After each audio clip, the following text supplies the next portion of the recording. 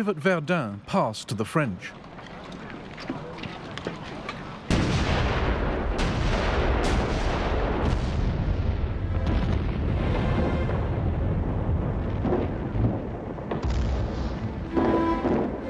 And Germany's technical advantages were short-lived. Throughout the war, new ideas were quickly picked up by the other side.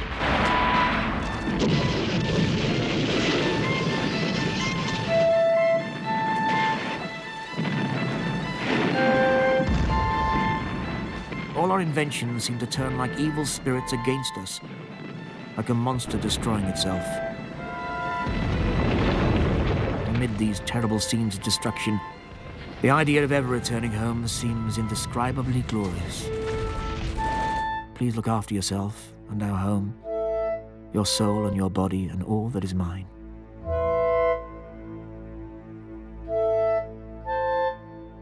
Franz Marc was killed later that day. Finally, on the 24th of October 1916, the French recaptured Fort Douaumont. Verdun was saved. At last the time has come and we set off to conquer the enemy positions. They don't offer any resistance, and the few men who are still alive come out of their holes crying, "Kamerad!"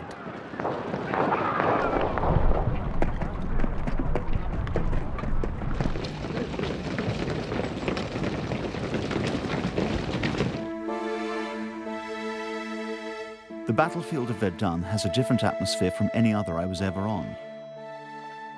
Its horrors are also greater.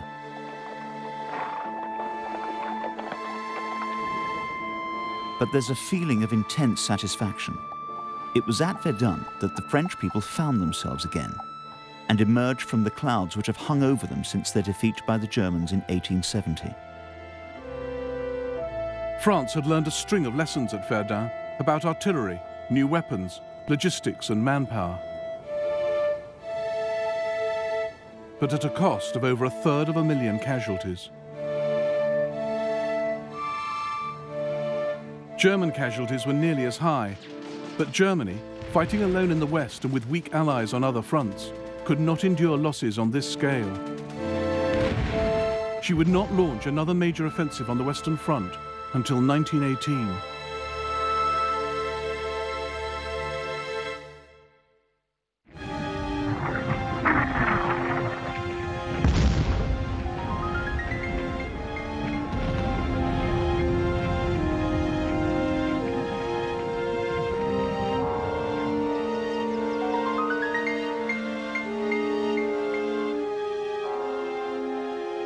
One can look for miles and see no human beings.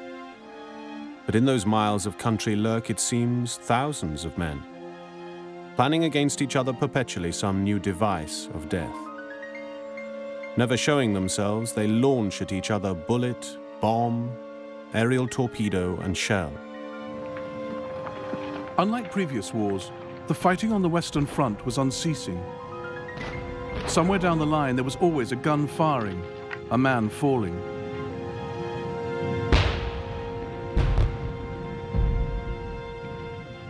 But for the troops of both sides, life was not always unrelenting warfare.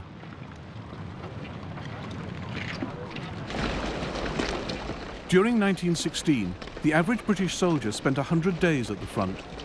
For the remainder, he was in reserve, on work detail, resting, or on leave. And over the 500-mile front, some sectors were easier than others. Even busy ones had their lulls. One day, British General Lord Edward Gleichen visited the front line. When going round the trenches, I asked a man whether he had had any shots at the Germans. He responded that there was an elderly gentleman with a bald head and long beard who often showed himself over the parapet. "Well, why didn't you shoot him?" "Shoot him?" said the man. "Why, Lord bless you, sir, he's never done me no harm." A shocking example of live and let live. Live and let live was a pervasive phenomenon on both sides of accommodation with the enemy. It arose because in quiet times and in quiet lines, men were learning to adapt to war, and to adapt war to them. We sometimes got out of the trench into the tall grass behind, which the sun had dried, and enjoyed a warm indolence with a book. Not infantry training, I think. The war seemed to have forgotten us in that placid sector.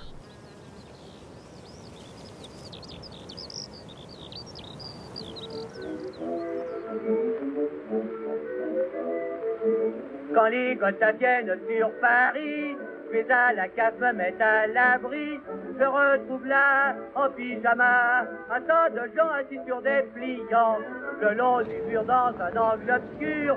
Puis dernièrement un couple étonnant, de beaux vieux bourgeois, madame aux abois, criait, s'appelait toi. Tiens-moi contre toi, tiens-toi contre moi, tiens-moi bien, bien, bien, dis mon Adrien. Écoute que j'ai peur, ça pue sur mon cœur, je vais vous rire de frayeur. I'm with officers and sergeants who are great fun. There's lots of schnapps and wine, and every day we get so drunk we forget whether we're at war or in Civvy Street.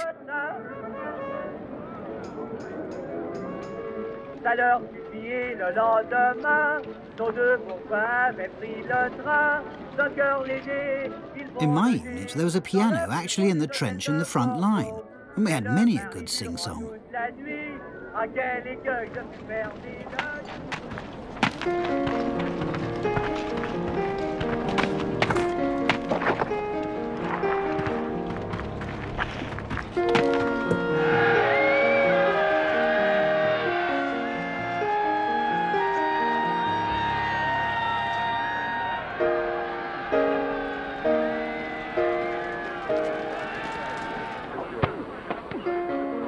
I feel great.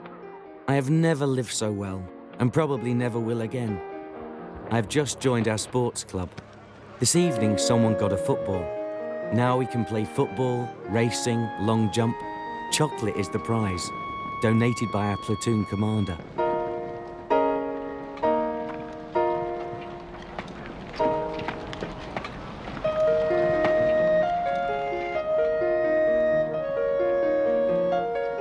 Life in this sector is gloriously lazy. Weather is perfect, the enemy most peaceful. And there's little to do but lie on one's back and smoke, or write imaginative letters back home. It would be child's play to shell the road behind the enemy's trenches, crowded as it was with ration wagons and water carts, into a blood-stained wilderness. But on the whole, there is silence. After all, if you prevent your enemy from getting his rations, his remedy is simple. He will prevent you from drawing yours.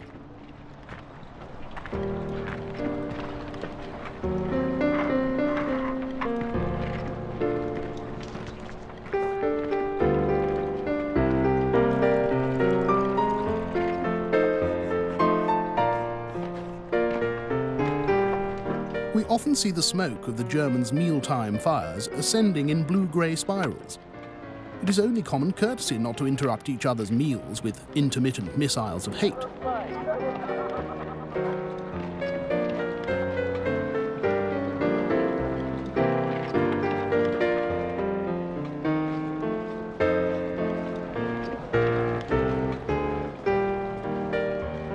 One day while our infantry was cooking, there was a shout from the enemy trench.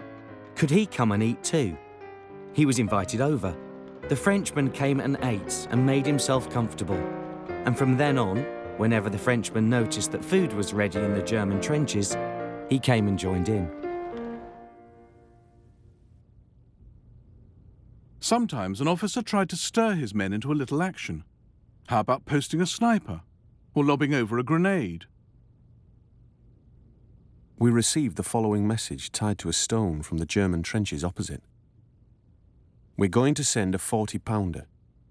We've been ordered to do this, but we don't want to. It'll come this evening, and we'll blow a whistle first to warn you so that you have time to take cover. All happened as they said it would.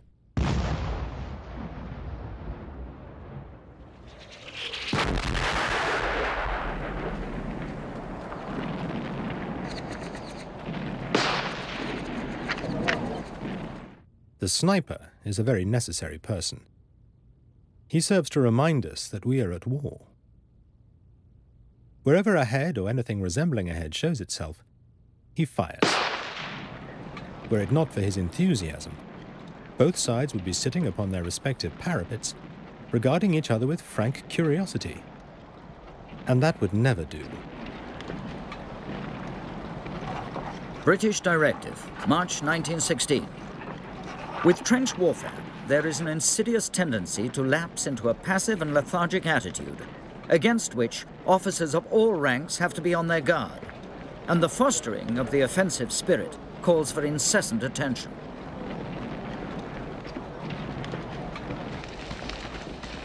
Live and Let Live was dependent on the sector and the troops manning it. The Germans didn't like facing the Highland regiments.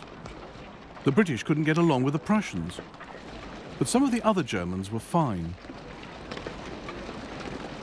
The soldier Mike gave us some useful hints. It's the Saxons that's across the road, he said, pointing to the enemy lines, which were very silent. They're quiet fellas, the Saxons. They don't want to fight any more than we do. So there's a kind of understanding between us. Don't fire at us, and we'll not fire at you.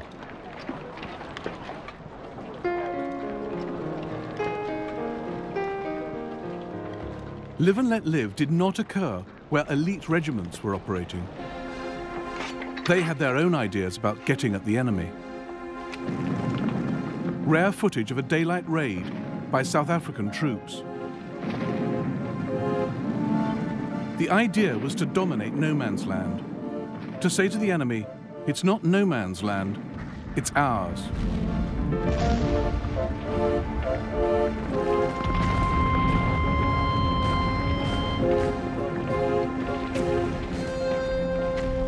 Raids broke up trench routines, brought intelligence from prisoners, encouraged aggression. This, British High Command thought, was the cure for Live and Let Live.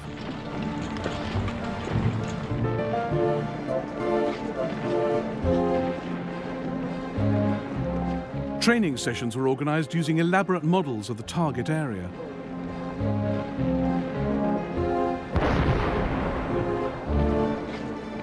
Raiding became compulsory for all regiments, and laggards were